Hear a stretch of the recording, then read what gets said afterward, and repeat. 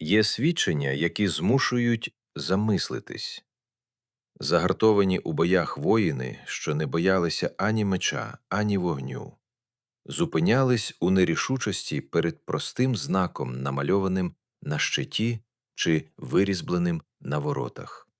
Не перед зброєю, не перед числом війська, перед знаком.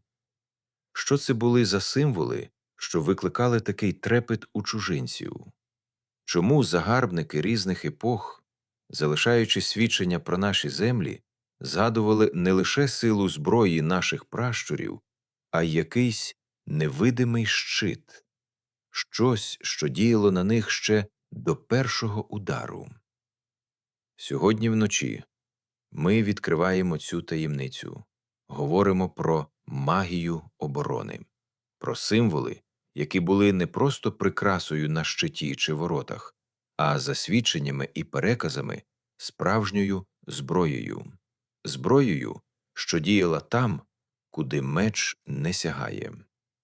Вітаю вас у нашому нічному просторі «Шепіт давнини». Вмостіться зручніше, дихайте рівно, відпустіть напругу дня. Невидимий щит наших пращурів розгортається перед нами. І наприкінці цієї розповіді ви дізнаєтесь, який символ пращурів захищає ваш дім і сьогодні, навіть якщо ви його не бачите. Але спочатку контекст. Ми вже знаємо, як каміння кам'яної могили зберігає космічний код, записаний у петрогліфах 30 тисяч років тому. Ми вже говорили про золотосяйну Аратту як витік глибинних знань наших пращурів про будову світу. Ми торкались Буші та інших місць сили, що й досі діють як живі енергетичні щити на нашій землі. Сьогодні ми не повертаємось до цих історій знову. Ми йдемо далі, туди, куди ці знання привели наших пращурів у часи найбільшої небезпеки, у часи війни, у часи оборони свого дому, свого роду, своєї землі.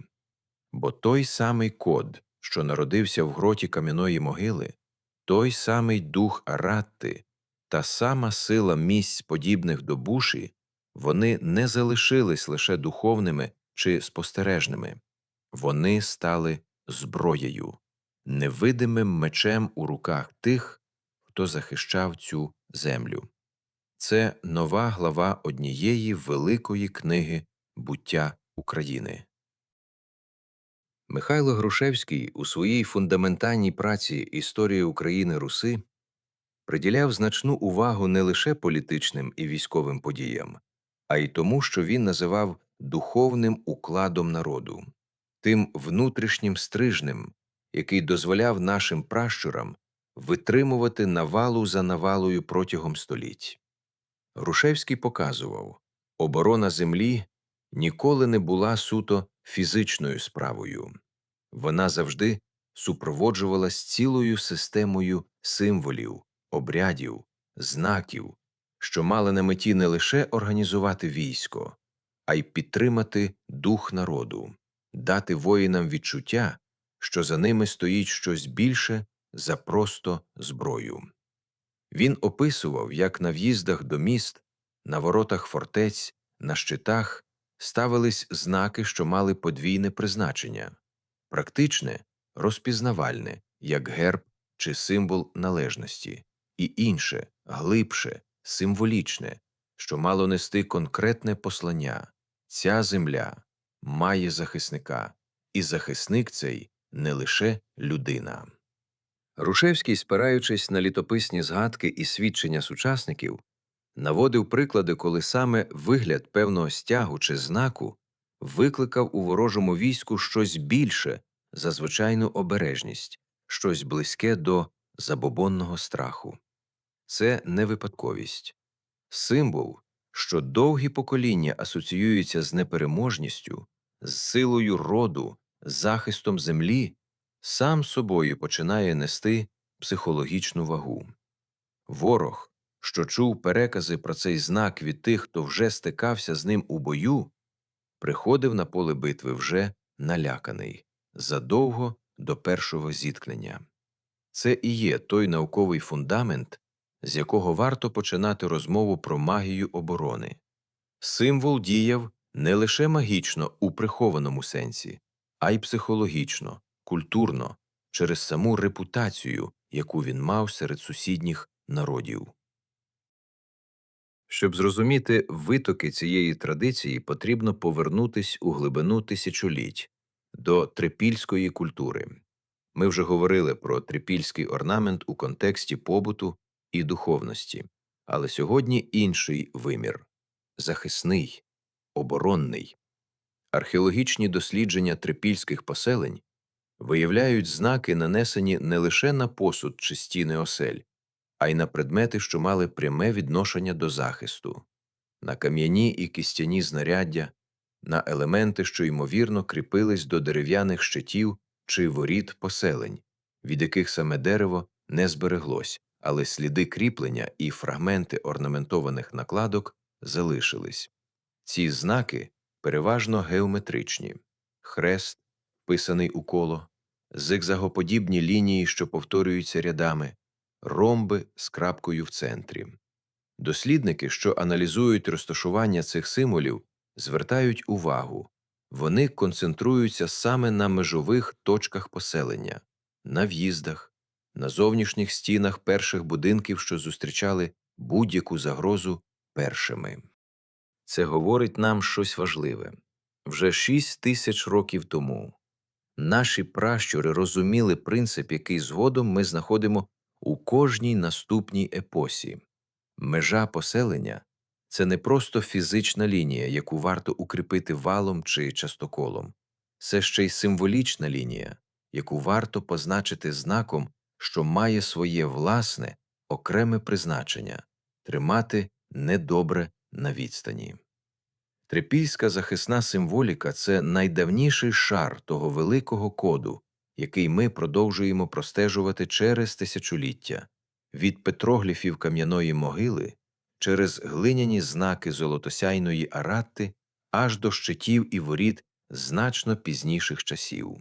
Кожна епоха брала цей код і застосовувала його по-своєму, відповідно до своєї зброї, свого побуту, своїх викликів.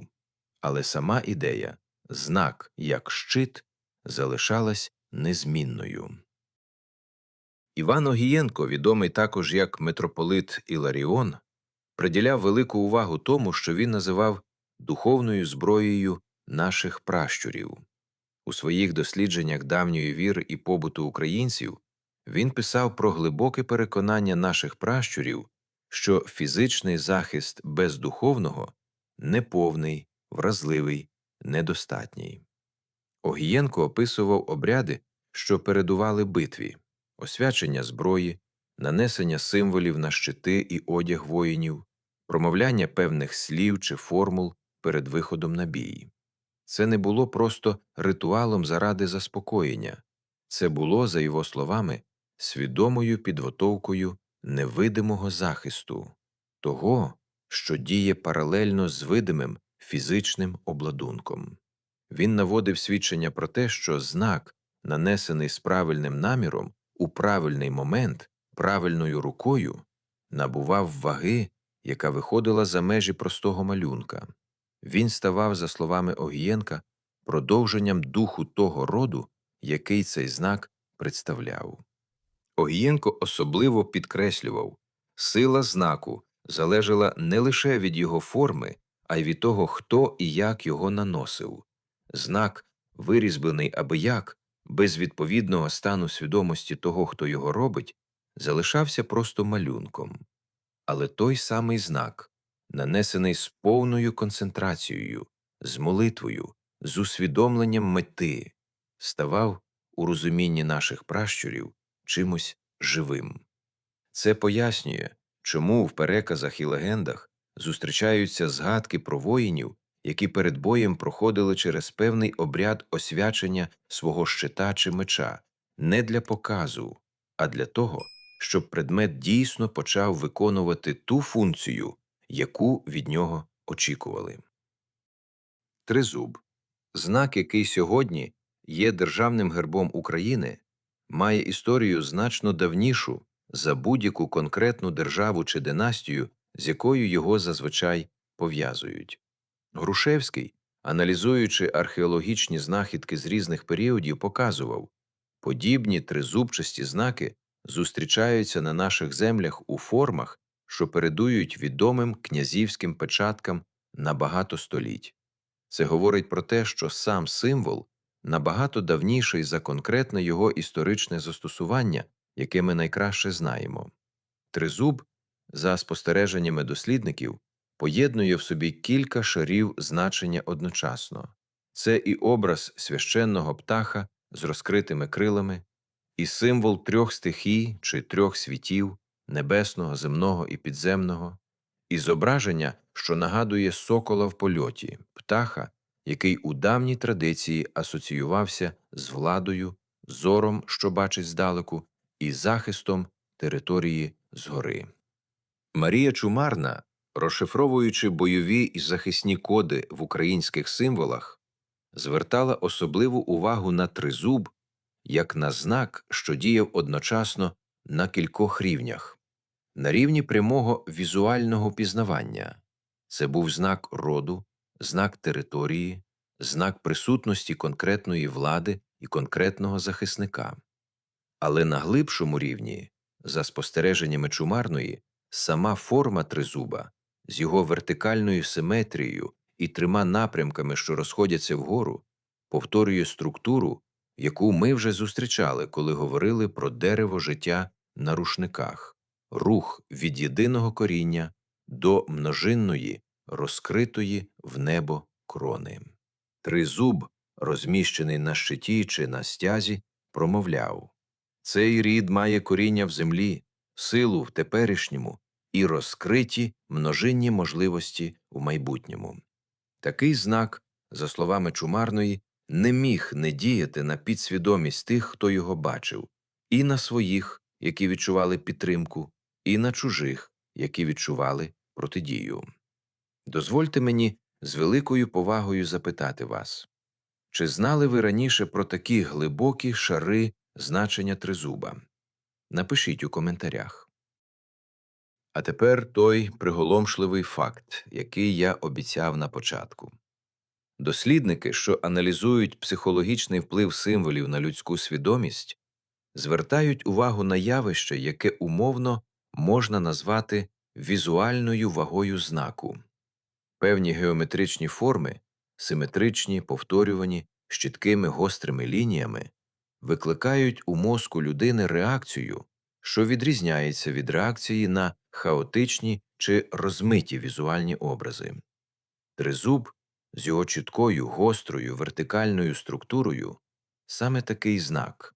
Побачений здалеку, на стязі, що майорить над військом, чи на щиті, що виблискує на сонці, він створює в свідомості того, хто дивиться, відчуття впорядкованості, наміру, непохитності. Для ворожого воїна, що звик до менш чітких, більш хаотичних знаків свого власного війська, зустріч із такою організованою, ясною формою могла викликати неусвідомлену тривогу. Не через магію у буквальному значенні цього слова, а через саму природу людського сприйняття, яке чутливо реагує на впорядкованість і симетрію, як на ознаку сили і контролю. Марія Чумарна писала про подібний ефект і щодо інших захисних символів наших пращурів, зокрема козацьких оберегів, що наносились на одяг, зброю чи прапори. Вона звертала увагу на повторюваність певних елементів – хрестів, кіл, променів, що створювали ефект візуального ритму, майже гіпнотичного за своєю природою. Цей ритм, за її спостереженнями, діяв подібно до того, як діє повторюваний звук чи барабанний ритм у бою. Він синхронізує, заспокоює своїх і водночас дезорієнтує чужих, хто не налаштований на цю саму частоту. Наприкінці ми ще повернемось до того, як саме ця вібрація знаку продовжує діяти і сьогодні. А зараз Важливо зрозуміти, наші пращури інтуїтивно і практично використовували закони сприйняття, які сучасна наука лише починає пояснювати мовою психології та нейрофізіології. Поставте вподобайку, якщо ця розповідь відкриває для вас нові рівні розуміння сили наших символів. Козацька доба залишила нам чи не найбагатшу спадщину бойових оберегів серед усіх періодів нашої історії. На шаблях, на пороховницях, на одязі козаків часто зустрічаються знаки, що виходять далеко за межі простої прикраси. Хрест з розширеними кінцями, оточений колом, знак, що поєднував християнську символіку з набагато давнішою дохристиянською традицією захисного кола. Козак, що носив такий знак на грудях чи на руків'ї шаблі, вірив, що цей символ поєднує силу двох духовних традицій одночасно – тієї, що прийшла з вірою, і тієї, що жила в цій землі задовго до неї. Огієнко, досліджуючи побут і духовність козацтва, писав про особливе ставлення до зброї, яка проходила обряд освячення. Шабля не була просто інструментом бою. Вона ставала продовженням руки, продовженням духу воїна, і знак на ній мав закріпити цей зв'язок. Цікаво, що подібні знаки часто наносились у місцях, які найбільше контактували з рукою воїна під час бою – на руків'ї, на піхвах, там, де долоня стискала зброю щомиті сутички. Це не випадковість. Постійний фізичний контакт зі знаком, за уявленнями того часу, підсилював зв'язок між символом і людиною, робив цей зв'язок живим, дійовим, а не просто декоративним. Легенди козацької доби рясніють оповідями про воїнів, чиї клинки нібито не брала ворожа зброя, чиї груди нібито не пробивала куля. І завжди в центрі такої оповіді стоїть не сама людина, а знак, який вона носила. Оберіг, переданий матір'ю, хрест, освячений перед боєм, символ, вишитий на сорочці під обладунком, невидимий стороннім очам, але завжди на тілі воїна. Дозвольте мені з великою повагою запитати вас, чи чули ви родинні перекази про обереги, які носили ваші рідні у важкі часи? Напишіть у коментарях. Ворота, так само як і межа поселення в трипільські часи, залишались найважливішою точкою для розміщення захисних знаків протягом усієї нашої історії. Ворота фортеці, ворота міста, ворота монастиря – усюди повторюється одна й та сама логіка. Тут проходить межа, і тут має стояти знак. Грушевський наводив описи міських воріт часів Русі, де над проходом розміщувались різьблені або мальовані символи, часто поєднання Христа з давнішими сонячними чи рослинними мотивами. Ці знаки виконували подвійну функцію – духовну, як благословення для тих, хто входить з миром, і попереджувальну, як знак сили для тих, хто прийшов з недобрим наміром. Цікаво, що подібні знаки над воротами часто оновлювались, підфарбовувались, ремонтувались навіть у часи облоги. Це вважалось не менш важливим за ремонт самих укріплень. Пошкоджений чи стертий захисний знак сприймався як ослаблення самого захисту міста, незалежно від стану фізичних мурів. Це говорить про глибоке, цілісне розуміння оборони, яке мали наші пращури. Фізичний мур і символічний знак над ним не розглядалися як дві окремі незалежні речі. Вони становили єдину систему захисту, де одне без іншого вважалось неповним, вразливим. Марія Чумарна порівнювала цю систему з живим організмом, де мур – це тіло, а знак – дух, що оживляє це тіло і надає йому справжньої сили опору. Місто без знаку, за цією логікою, було лише купою каміння. Місто зі знаком ставало живою фортецею, здатною чинити опір не лише фізично, а й на тому невидимому рівні, про який ми говоримо сьогодні. Підпишіться на наш канал, якщо ще не підписані, щоб і надалі разом з нами відкривати ці шари прихованої мудрості наших пращурів. Серед усіх геометричних форм, що використовувались нашими пращурами для захисту, коло займає, можливо, найважливіше і найдавніше місце. Ще у трипільській традиції коло символізувало замкнутий, цілісний, непроникний простір. Трипільські поселення, як ми вже згадували в одному з попередніх наших відео, часто мали кільцеву структуру – будинки, розташовані концентричними колами навколо центрального простору. Ця структура не лише практичне рішення, це застосування принципу кола як захисної форми у масштабі цілого поселення.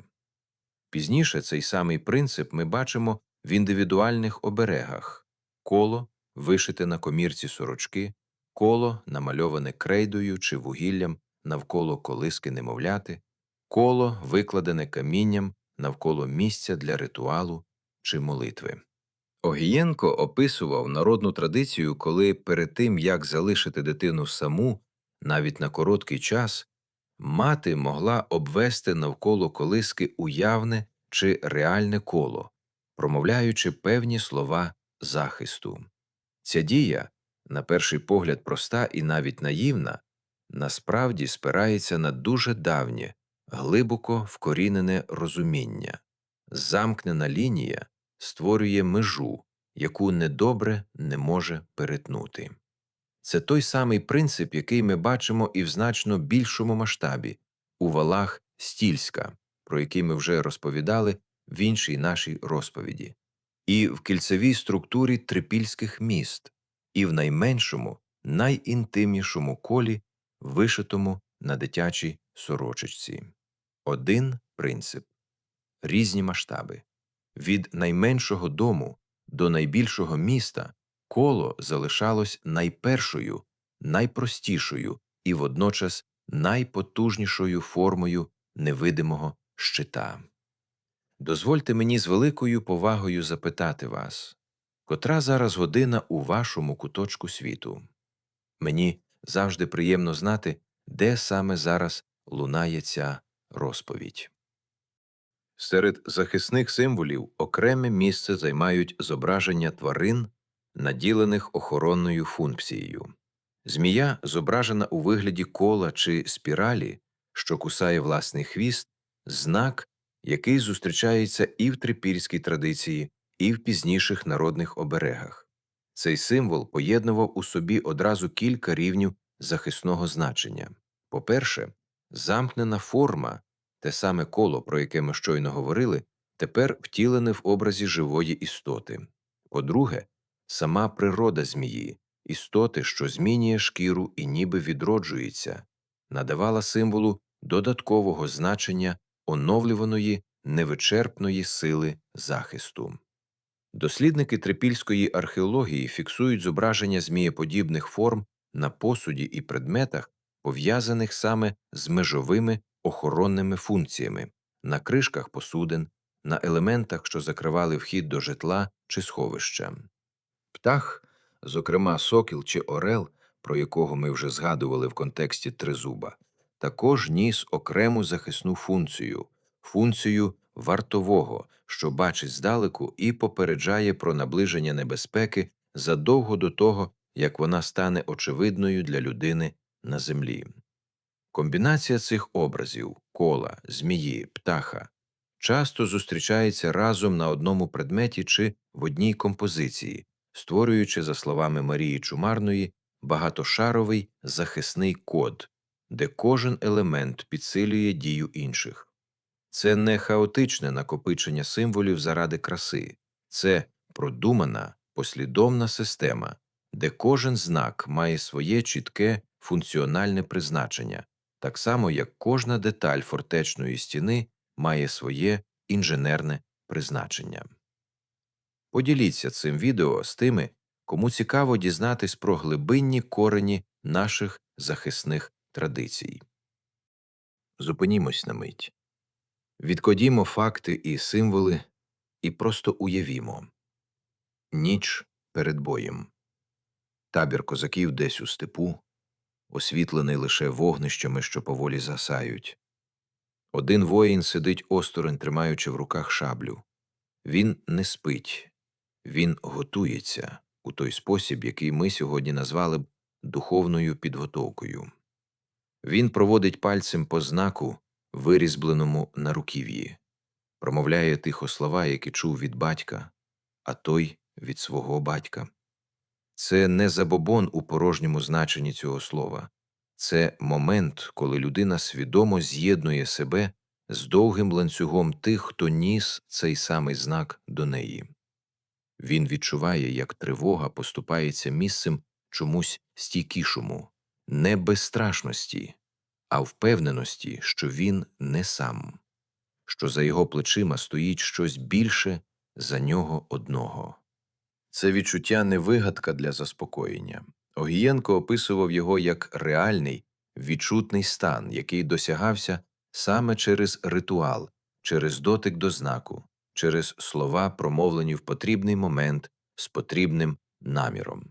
Вранці цей воїн вийде на поле бою з тим самим знаком на зброї, з тим самим знаком, можливо, вишитим на сорочці під обладунком. І ворог, зустрівши його погляд, побачить не лише людину зі зброєю, він побачить того, хто несе в собі впевненість цілого роду, цілої традиції, цілого коду, що тягнеться тисячоліттями. Це і є той невидимий щит, про який ми говоримо сьогодні. Він не замінював фізичну підготовку чи вправність у бою, він доповнював її тим, чого не бачить око, але що відчуває інша людина – впевненість, силу духу, несхитність. А тепер обіцяна відповідь. Який символ пращурів захищає ваш дім і сьогодні, навіть якщо ви його не бачите? Подумайте про звичайні речі навколо вас. Вишитий рушник, про який ми вже розповідали в іншій нашій розповіді, з його візерунками, що продовжують нести захисний код. Тризуб на документах, на монетах, на офіційних символах держави. Знак, який пройшов крізь тисячоліття від найдавніших форм до сучасного державного герба. Навіть якщо ви ніколи свідомо не замислювались про це, ці знаки продовжують бути частиною простору навколо вас. Вони в архітектурі старих будівель, у орнаментах на тканинах, у формах, які ми відтворюємо інтуїтивно, навіть не знаючи їхнього повного значення. Марія Чумар написала, що код, закладений у ці символи тисячоліття тому, не потребує свідомого визнання, щоб продовжувати діяти. Так само, як фундамент будинку продовжує тримати стіни, навіть якщо мешканці не думають про нього щодня, так і цей давній захисний код продовжує бути частиною простору, в якому ви живете, навіть коли ви не звертаєте на нього уваги. Це і є генетичний код пращурів у своєму найпрактичнішому вимірі. Не абстрактна ідея, а жива присутність у щоденному житті, у речах, які оточують вас, у формах, які здаються знайомими навіть тоді, коли ви бачите їх вперше. Дозвольте мені з великою повагою запитати вас, який символ, на вашу думку, найкраще захищає саме ваш дім? Напишіть у коментарях. Перш ніж завершити нашу сьогоднішню розповідь, коротка практика. Закрийте очі, якщо вам зручно. Уявіть навколо себе тонке, ледь помітне коло світла. Те саме коло, про яке ми говорили сьогодні, найдавніший і найпростіший символ захисту наших пращурів. Це коло не важке, не тісне, воно легке, як подих, але водночас непроникне для всього, що прагне порушити ваш спокій. Зробіть 3 повільні, глибокі вдихи. На кожному вдиху уявляйте, як це коло стає яскравішим, чіткішим, стійкішим навколо вас. Ви не самі всередині цього кола. З вами вся довга традиція тих, хто носив тризуб, хто вишивав хрест в колі на комірці сорочки, хто освячував зброю і промовляв слова захисту перед виходом на зустріч небезпеці. Сьогодні ми пройшли довгий шлях від трипільських захисних знаків на межах поселень, через тризуб і козацькі обереги, до розуміння того, як символ діє не лише духовно, а й психологічно, на найглибшому рівні людського сприйняття. Ми дізнались про Михайла Грушевського, що показав нам науковий фундамент оборонної традиції, про Івана Огієнка, що розкрив духовну міць знаку, про Марію Чумарну, що розшифрувала мову бойових і захисних кодів, і про трипільську археологію, що веде нас до найдавніших витоків цієї традиції. Ми – нащадки тих, хто володів силою світла, тих, хто розумів, справжній захист починається не тільки з меча чи муру, а з символу, з наміру, з духу, який стоїть за кожним знаком. Ця сила тече у вашій крові сьогодні так само, як текла у крові тих воїнів, що виходили на світанку назустріч ворогу з тризубом на щиті і молитвою на вустах. Засинаючи цієї ночі, знайте, невидимий щит, про який ми говорили, не залишився в минулому.